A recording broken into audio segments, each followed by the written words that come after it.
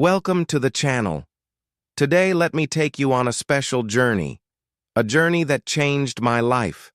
A journey that taught me the most powerful strategy to learn English. It all started with a dream. For many years, I had one wish: to speak English fluently, to express my thoughts, to travel the world without fear. But I was shy. I didn't speak much in school. I was afraid of making mistakes. People around me spoke English confidently, and I felt small. One evening, I was watching a travel video about New York City, the lights, the buildings, the people, and something inside me whispered, "What if you could go there? What if you could speak English just like them?" It sounded crazy, but I smiled, and that smile was the beginning of everything. I wrote one sentence in my notebook: "I will learn English and go to New York." From that day, I changed everything. Not just my routine, not just my habits, but the way I saw myself. I didn't have a perfect plan, but I had one powerful thing: the decision to start. That was my first real strategy. Dream big, but start small. And so, the journey began. Chapter 2. The first step: changing my environment. The next morning, I looked at my phone and deleted all the things that wasted my time. Games, scrolling, videos I didn't learn from. Then I did something strange. I changed my phone language to English. At first, it felt weird, but this was my new strategy. Surround myself with English, everywhere. I stopped listening to songs in my native language and started listening to English podcasts. In the beginning, I didn't understand everything, but I kept going. I found simple English channels on YouTube. I listened to slow conversations. I repeated them. I mimicked their voice, their style, their rhythm. Every morning, I would walk in my room, talking to myself in English. "Hello, how are you today?" "I'm doing great. I'm learning English." It felt silly, but it worked. No one knew I was doing this. It was my little secret. And slowly, something changed. I stopped translating in my mind. I started thinking directly in English. My brain became comfortable with it. I didn't go to New York yet, but I brought New York to my mind. That was my second strategy: change your environment. Even if you're still in the same place, because the world outside can't change until the world inside does. Chapter 3. The mirror method: speaking without a partner. Now I had made changes around me. My phone was in English. I listened to podcasts. I watched simple videos. But one problem remained. I still couldn't speak fluently. I knew words. I understood sentences. But when I tried to speak, my mouth stopped working. My mind went blank, and I felt stuck. One day, I read something powerful in a blog. "If you don't have a speaking partner, speak to your mirror." At first, I laughed. Talking to a mirror? That's silly. But then I thought, if this can help me, why not try? That evening, I stood in front of the mirror. I looked at myself, and I started with a simple line. "Hi, my name is Ethan. I'm learning English." I paused. It felt strange, but I didn't stop. "Today, I watched a video about New York City. It was beautiful. I want to go there." I kept going. I talked for 5 minutes, then 10. Every day, I returned to that mirror. Some days, I didn't know what to say, so I described my day. I woke up at 7 a.m., I made tea, I read a book, I watched an English video. Other days, I imagined situations: at an airport, at a restaurant, meeting someone new. I made eye contact with myself. I smiled. I corrected my pronunciation, and I became my own English teacher. That mirror became my best friend. No judgment, no pressure, only practice. I called this the mirror method, After 2 weeks, I noticed something amazing. I was no longer afraid to speak. I could form sentences faster. I sounded more natural. It wasn't magic. It was daily effort, in front of a simple mirror. And that was my third strategy. Speak to yourself, even if no one is listening. Because the first conversation you need is with yourself. Chapter 4. Learning from the Streets. How I used real English in daily life. After practicing in front of the mirror for weeks, something surprising happened. One morning, I walked past a group of tourists in my city. They were lost, looking at their phone, confused. One of them asked a local person for directions, but the local person didn't understand English. Then I remembered the mirror, the hours I spent speaking alone. I took a deep breath, stepped forward, and said, "Excuse me, can I help you?" They smiled. "Oh, yes, we're trying to find the museum." I gave them simple directions, in English. They thanked me and walked away, and I stood there, stunned. I just spoke English, with real people. That moment gave me a new idea. I needed to bring more real English into my life, not just on screens, but in the world around me. I started to notice English words everywhere, on shop boards, in ads, on the back of products. I read every English sentence I could find, loudly, with confidence. At restaurants, I started ordering in English, even if the waiter spoke another language. At supermarkets, I read every label aloud in my head. Even in public transport, I imagined short conversations in English. "Where is this bus going? How much is the ticket?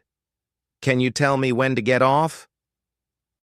Sometimes I whispered to myself. Sometimes I said it clearly. No one noticed, but I was training my brain. I made one rule. If there's an opportunity to use English, I will take it. I also began reading menus, signs, receipts, even shampoo bottles, anything in English. Instead of seeing English learning as something I do for 1 hour a day, I made it part of every moment. One day, while waiting in line at a coffee shop, a tourist dropped their wallet. I picked it up and said, "Excuse me, I think you dropped this." They turned around and smiled. "Oh, thank you so much." It was just a small sentence, but for me, it was proof. Proof that I was changing. Proof that English was becoming natural. That became my next strategy. Use real-world English every single day. Not just in books or apps, but in the streets, shops, buses, everywhere. Because fluency doesn't happen inside a classroom. It happens in real life. And every street became my new classroom. Chapter 5. The Power of Storytelling, How I Trained My Brain with Imagination. By now, I was using English in everyday life. I spoke to the mirror, I helped strangers, I read everything around me, but I still felt something was missing. I could speak in simple situations, but when it came to expressing my thoughts deeply or explaining an idea clearly, I struggled. I needed to train my mind, not just to react, but to create in English. That's when I discovered the power of storytelling. It started one quiet evening. I was alone in my room, feeling tired of the usual practice. Suddenly, I looked outside and saw the sky turning orange, and I said out loud, "The sky looked like fire. Calm, but powerful." That one sentence surprised me. I had created it, in English. No textbook, no translation, just feeling and imagination. So I kept going. I imagined I was walking in Central Park in New York. I described the trees, the sound of people laughing, the smell of street food. I created a scene in my mind and spoke it out in English. Every night after that, I created a short story. Some stories were about travel, some about meeting a stranger, some completely imaginary, but I always spoke them out loud. I entered a bookstore in Brooklyn. A lady smiled at me and asked, "Looking for anything special?" I said, "Just a story that can change my life." These were not real moments, but they trained my brain to think faster in English, to connect emotions with language, to build sentences around ideas. I started using my phone to record myself. After speaking a short story, I would listen to it again. Sometimes I laughed at my mistakes. Sometimes I was surprised at how natural I sounded. I even gave myself challenges. Describe a scene from your window. Tell a story about a rainy day. Imagine your first day in New York. Pretend you're giving an interview. This made learning fun. It was no longer about right or wrong. It was about creating something beautiful with words. It didn't just improve my English, it improved my confidence, my voice, my ability to express anything, anytime. And so, I made this my next big strategy. Use storytelling as a daily brain workout. Because when you can tell a story, you can talk about your life. You can explain your ideas, you can connect with people, and isn't that what language is really for? Chapter 6. The Smart Shadowing Technique. Speaking like a native. A month passed since I started telling stories. I was becoming more confident, more creative, more comfortable in English. But one thing still bothered me: my pronunciation. I could speak clearly, but I didn't sound natural. Sometimes my sentences had the right words but the wrong rhythm. I wanted to sound more fluent, more like a native speaker. That's when I discovered something called shadowing. Shadowing is simple. You listen to a native speaker, and you copy them. Exactly. The way they talk, the way they pause, even the way they breathe between sentences. I started this method with short videos on YouTube. I chose videos with real conversations, interviews, travel vlogs, short stories. At first, I just listened carefully. Then I replayed a sentence, and I spoke at the same time, like a shadow. "Hi, I'm Anna, and today I'm going to show you my favorite places in New York." "Hi, I'm Anna, and today I'm going to show you my favorite places in New York." Again and again. At first, I couldn't keep up. They spoke fast. But I kept trying. I broke long videos into short parts, 10 seconds at a time. Pause, repeat, shadow. It felt like dancing with language. My tongue and mouth were learning a new rhythm. I started noticing details I never noticed before. How native speakers don't always say going to. They say gonna. How they connect words like what are you into what che. How their voice goes up at the end of a question. These small things made a big difference. After a week, I recorded myself shadowing a travel video. Then I listened to my voice, and I was shocked. I sounded better, smoother, more natural. I smiled and thought, this is working. So I made shadowing a daily habit. In the morning, I shadowed podcasts while making breakfast. At night, I shadowed short interviews before bed. Sometimes I even walked around the room with earphones in, copying the speaker's every word like I was acting in a movie. It wasn't just practice, it felt like transformation. That's when I realized, we don't just learn a language, we absorb it. And the best way to absorb natural speaking? Shadow a native speaker. So that became my 6th strategy. Use the shadowing technique to train your mouth and ears to work together, because when you sound like a native, you start to feel like one. And that feeling, it changes everything. Chapter 7. Learning with Purpose. How I stopped wasting time and started making progress. After weeks of shadowing, storytelling, and using English in real life, I felt proud of my progress. But then something strange happened. One weekend, I watched over 5 hours of English videos, movies, interviews, podcasts. By the end, I felt tired.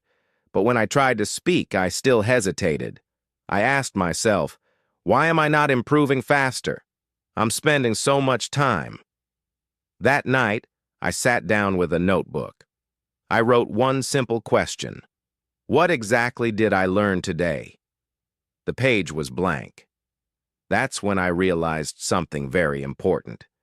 Watching English and learning English are not the same. I was consuming English, but not using it with purpose. So I made a new rule. Every time I listen, watch, or read something in English, I must learn something from it. Not just, oh, that was interesting, but specific takeaways. From that day, I started watching with a pen in hand. If I watched a movie scene, I wrote down 2 to 3 phrases I liked. For example, I'm not sure about that. Let me get back to you. It's not a big deal. Then I would practice using those lines in my own way. I'm not sure about the train schedule today. Let me get back to you after lunch. It's not a big deal if we're a little late. I did the same with short stories and podcasts. One phrase at a time, one idea at a time. This changed everything. I started collecting phrases in a small notebook, not just vocabulary, but useful expressions. Things people really say. Not textbook English, but real English. Over time, I noticed something amazing. Even when I watched just 10 minutes of content, I learned more than I used to learn in 2 hours, because I was learning with purpose. Another thing I started doing, goal-based learning. Each day I picked a theme. For example, Monday, learn 5 ways to give opinions. Tuesday, learn how to politely say no. Wednesday, practice phone call conversations. Thursday, learn 10 travel-related phrases. Friday, practice small talk sentences. This gave my practice direction. I no longer felt lost or overwhelmed. Each day had one clear goal, and at the end of the day, I felt satisfied. One more trick that helped? Teaching someone else. Yes, even if no one was around, I would act like a teacher. I would say out loud, "Today I learned how to ask for help politely."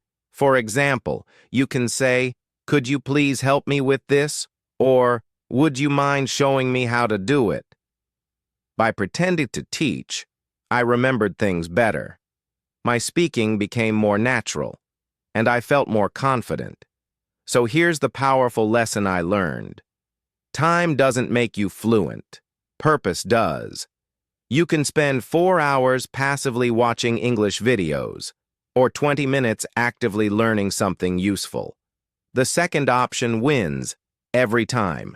That's why my 7th strategy became clear. Learn with purpose. Set a goal.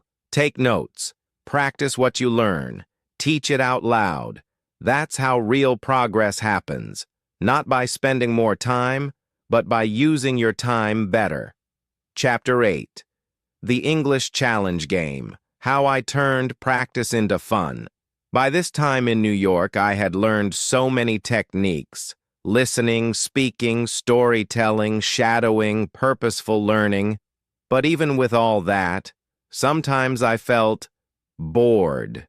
Not because English wasn't interesting, but because routine gets boring, even when it's helpful. I knew I had to keep learning, but I also wanted to enjoy the process. So one evening, while walking through Times Square, I had an idea. What if I turned English learning into a game?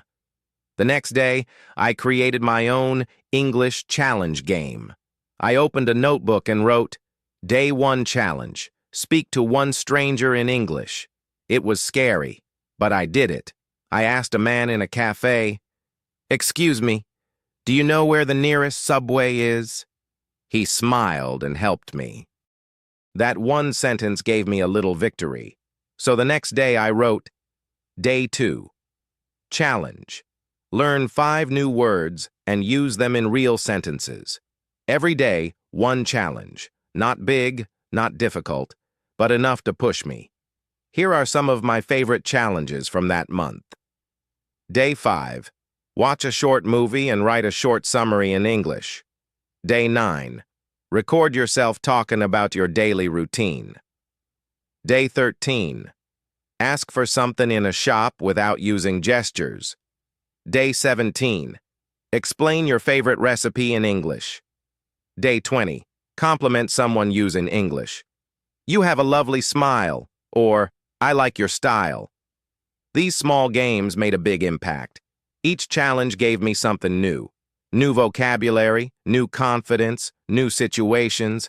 I even made weekly challenges. Week 1. Avoid your native language for 2 hours. Only English. Week 2. Teach someone 5 phrases you learned this week. Week 3. Try to tell a joke in English. Even if no one laughs, just try. Week 4. Write a letter to your future self. In English. Soon, English wasn't just something I studied. It became a daily adventure. I woke up thinking, what's today's challenge? It made learning feel like play, not pressure. After a month of doing this, I noticed 3 big changes. 1. I became more active in using English. No more waiting for the perfect time. 2. I felt more brave. Even when I made mistakes, I didn't stop. 3. I had fun every single day, and that joy kept me going. I even made a habit of giving myself points. 5 points if I completed the challenge, 10 points if I did something extra, 0 points if I skipped the day. At the end of the week, I gave myself small rewards, a walk in the park, a new book, or a treat. This simple system made me consistent, and consistency is what brings fluency.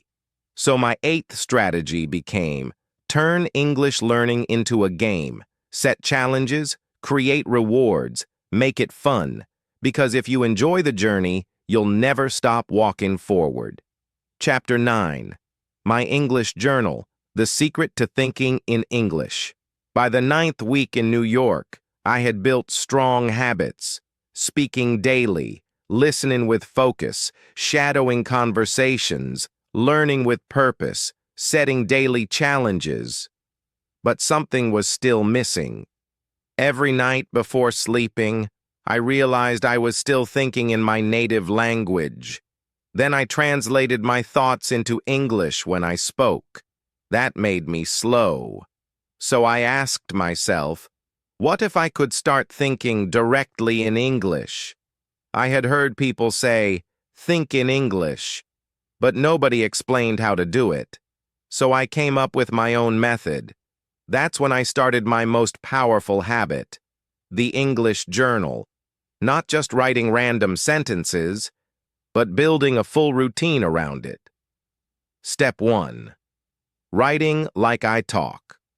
I bought a small notebook and wrote one rule on the first page. Write how you speak, not how you write. This changed everything. I started writing every night, as if I was talking to a friend. Simple, honest, real English. For example, today I felt a little tired. I wanted to skip practice, but I didn't. I watched a funny video and laughed so much. Learning English feels better when I'm enjoying it.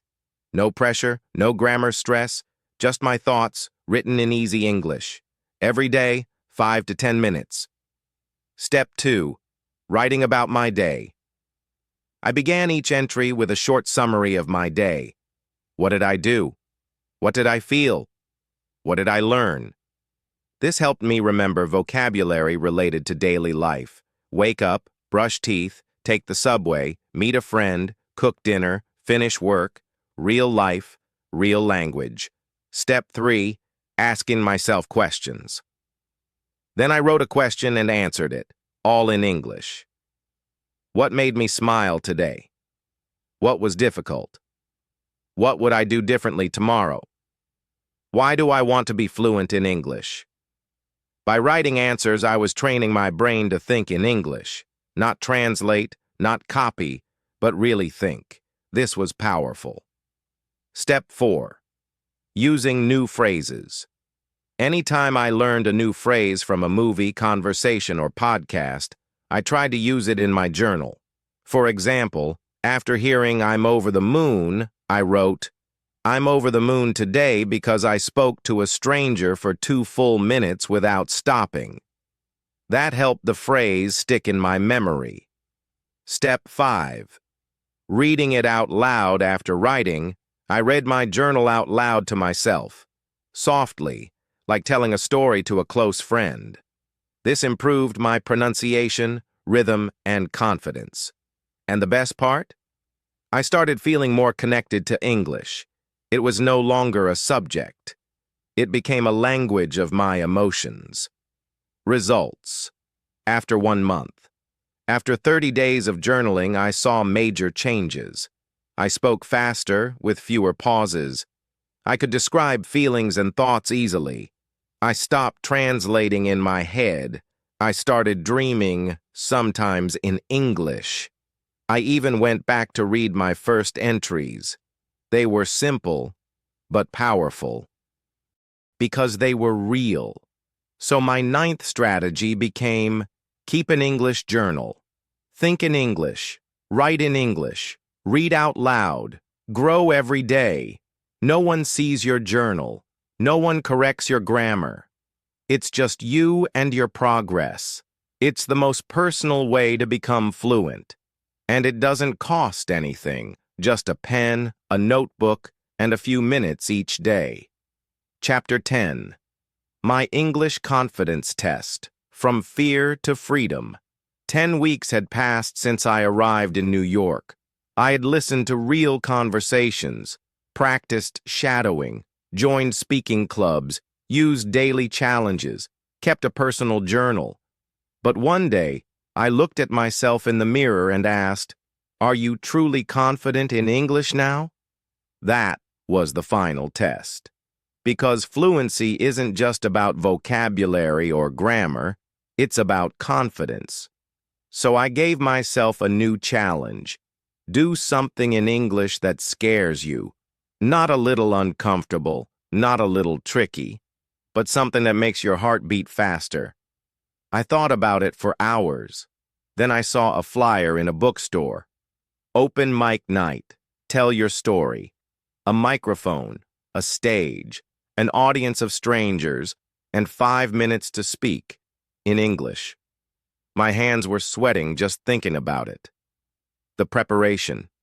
That night, I wrote down my story. Not a perfect one, just real.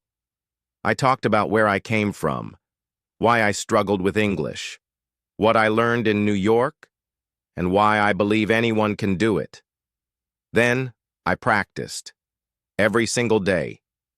I stood in front of my mirror and rehearsed. I recorded myself and listened. I asked a friend to listen and give feedback. And I reminded myself, you're not here to be perfect. You're here to be brave. The night of the speech, I arrived early. My heart was pounding. People were laughing, chatting, drinking coffee. Some looked like native speakers. Others were nervous, too. Then the host called my name. I walked up to the stage. My legs felt heavy, but I smiled. And then, I spoke. Good evening, everyone. My name is Ethan. I came to New York with a backpack and a dream, to speak English fluently. The audience got quiet. Some leaned in to listen. I wasn't confident. I made many mistakes. Sometimes I wanted to give up. But I didn't. I tried one new thing every day. I failed. I learned. I grew. I told them about my daily listening habit, my subway practice, my English journal, my challenges. And I ended with, if you're afraid of speaking English, let me say this. Fear means you care. Don't wait to be perfect. Speak anyway. The room clapped. Some people stood up. I walked off that stage feeling something new. Freedom.